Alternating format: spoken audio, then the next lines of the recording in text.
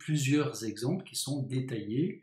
Et je vais commencer par le premier exemple qui est en fait l'initiation, Getting Started with the SenseHat. Donc c'est l'explication sur ce qu'est cette SenseHat. Donc c'est une introduction, je l'ai déjà faite dans ma vidéo 1, mais en voilà une peut-être plus complète.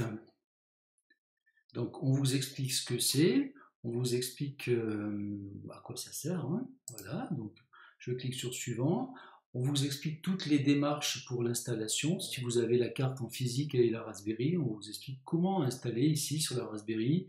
Donc vous voyez ici l'installation du driver.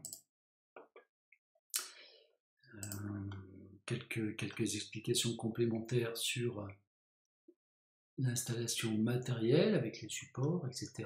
Donc il faut comprendre que cette carte, elle existe, on pouvait la voir en vrai. Nous, on a le simulateur, mais ce n'est pas... on peut faire les mêmes choses. Donc voilà, il nous parle maintenant du simulateur sur ce site-là. Je vous laisserai passer en revue, en fait, tout ça à votre rythme, en fonction des intérêts que vous avez par rapport à cette carte-là ou du simulateur. Comment on affiche du texte? Alors, vous voyez, en fait, ici, là, je peux faire défiler les éléments ici, en haut à gauche. Donc là, je suis au tiers de l'initiation. Je peux activer ici pour ouvrir cette page-là qui nous explique que, voilà, ce morceau de code va faire, si je le lance, cette animation-là. Vous voyez, donc j'ai lancé le programme qui fait Hello World. Si je change ici, je mets Hello Vincent, il va mettre Hello Vincent. Donc on a le simulateur qui est en ligne là. Ok pour ça. Pour les couleurs, eh bien pour les couleurs on l'a déjà vu, donc rouge, vert, bleu à 100% là, donc à fond, et bien ça va faire une couleur blanche. On va le tester là, si je lance, voilà, on a du blanc. Donc là, il n'y a pas de surprise. On nous explique même comment les couleurs s'ajoutent. Donc rouge et vert, ça fait du cyan, vert et rouge, ça fait du jaune, rouge et bleu, ça fait du violet, et la somme des trois, ça fait du blanc. Donc, comment on crée une variable? Ça, c'est du déjà vu. Vous pourrez vous attarder si vous n'êtes pas complètement à l'aise avec ça. Alors voilà un petit morceau de programme qu'on va tester tout de suite ici dans Solutions. Je vais un peu vite, mais vous aurez le temps de mettre sur pause la vidéo, bien sûr.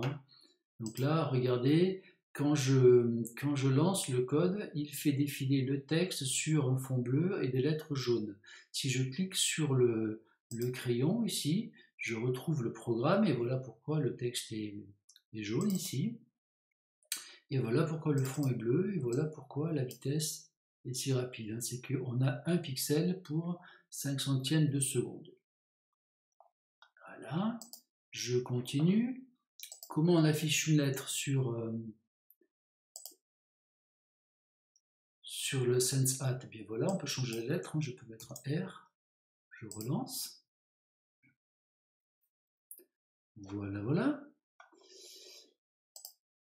La commande slip, je l'ai vue au TP1, donc j'en parle pas plus. Vous pourrez vous attarder, si vous voulez, sur les exemples pour bien comprendre comment ça fonctionne. Pour voir l'exemple, il suffit de recliquer sur le crayon, vous l'avez compris ça. Et le random vous donne un nombre entre 0 et 10. Voilà comment ça fonctionne. Donc on est là. Il y a plein d'exemples qu'on peut utiliser pour prendre des idées. Voilà, donc il fait défiler le texte avec des couleurs aléatoires. D'accord, à chaque fois il prend une couleur aléatoire. Ok, je recommence parce que j'ai pas eu l'impression que c'était aléatoire. Si, là c'est plus flagrant. Ok. Comment est-ce qu'on fait défiler une image? Bon, ben là c'est la même chose, j'ai l'impression. La matrice, voilà, il vous explique que le 0, 0 il est en haut, x varie de 0 à 7, y de 0 à 7, donc ici le 0,2, il est ici, hein, 0,2. Dans l'exemple, on voit ici, si je mets 0,4, on va afficher celui-ci, 0 en X, 4 en Y, hein, donc la cinquième pixel. Qu'est-ce que c'est ici? C'est un petit bonhomme. Comment il est fait? Et voilà, on affiche quelques pixels avec quelques couleurs différentes. Et puis ici, vous avez encore un exemple. Voilà, puis encore un autre. Ok, bon, moins d'intérêt là. Comment est-ce qu'on fait tourner le... Ok, donc là, d'accord, je comprends. On a le petit bonhomme, mais on peut prendre ça pour changer l'orientation. Si je comprends, je vais faire ça. Ok, j'ai changé l'orientation du petit bonhomme. D'accord, on peut même faire flip. C'est ce que je pense on va tester ici.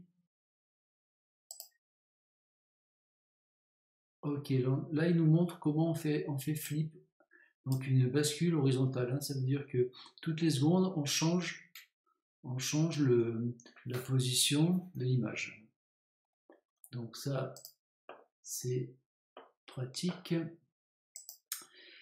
Ici on va faire des tests de capteurs. Donc là on va faire une mesure de pression. Regardez ici, quand je lance, il m'affiche, il faut que je descende un peu plus, voilà, il m'affiche ma pression de 800 millibars, mais si je change ici, hein, je peux simuler en fait un changement de pression sur ce capteur là. Pareil pour le alors je vais réduire la fenêtre. Ok.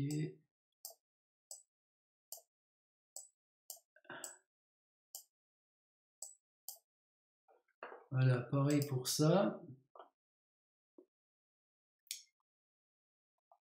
J'ai lancé le programme avec une curseur qui était sur 46. Hein. Si je mets 69% d'humidité, voilà, il va me dire la nouvelle valeur.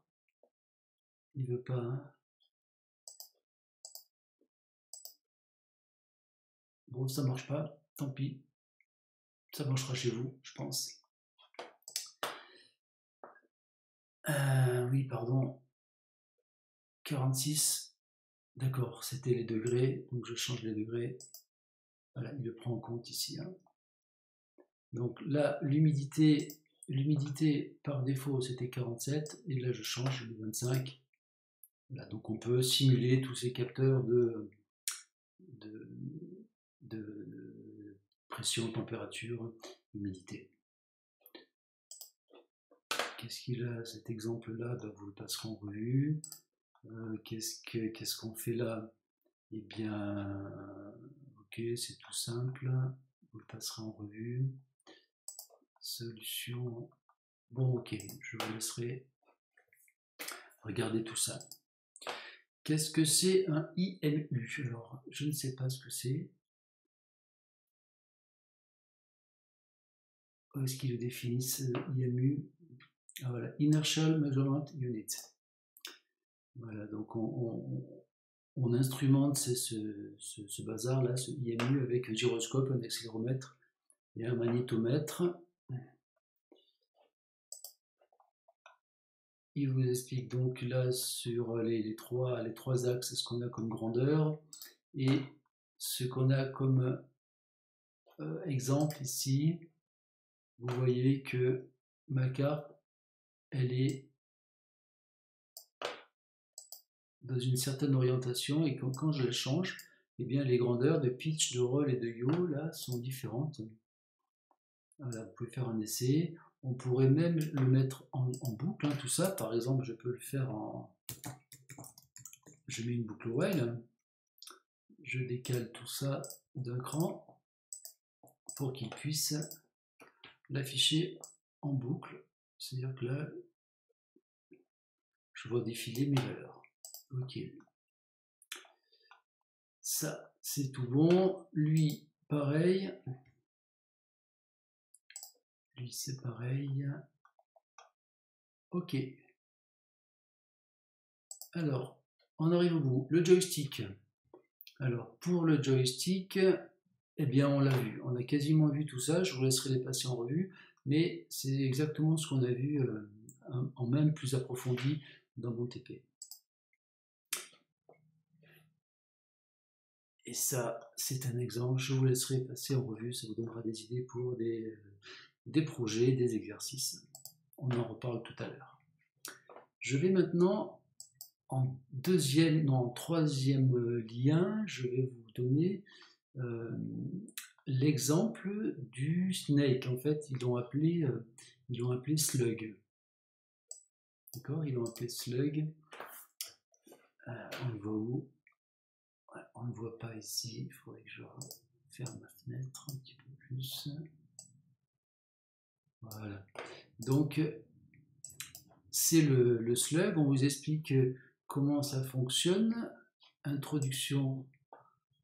Donc, on a un petit exemple de snake en fait. Hein. J'active. Il faut forcément que j'active la carte hein, en cliquant dessus. Et après, je peux utiliser les touches du clavier. Et là, je peux suivre mes petites pommes là, qui se déplacent pour les manger, etc. Et si je reviens sur mes pas, eh bien, je peux perdre. Voilà, là j'ai perdu. Ok. Donc, il vous explique pas à pas comment ça fonctionne. Donc là, vous aurez plein d'idées de programmation. Vous verrez tout ça. Deuxième exemple, c'est l'exemple du,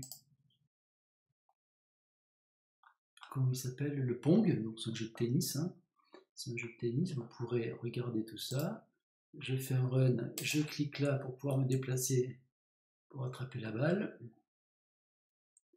Voilà, ça fonctionne. Ok. Bon. Pas super intéressant, mais ok, ça fonctionne. Pareil, vous avez toute la démarche pour voilà, voir la balle. Comment est-ce qu'ils ont fait? Ils vous expliquent tout le bazar là, tout le code en fait. Hein. Donc je vous laisserai passer en revue. Donc je sais qu'il y a un peu de boulot là, il y a bien 1 heure de boulot pour passer tout ça en revue, voire plus. Bon, peu importe, on prendra le temps qu'il faut.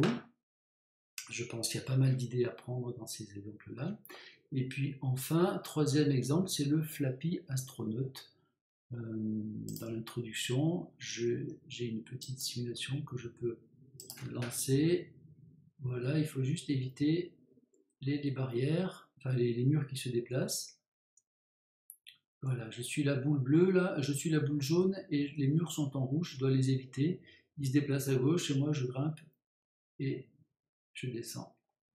Voilà, donc je fais stop. Si je le rencontre au mur, on me dit que j'ai perdu. Donc voilà, il y a toute une série d'explications là que vous pourrez passer en revue. Bien, voilà, je vous laisse là, on se retrouve sur Teams tout à l'heure.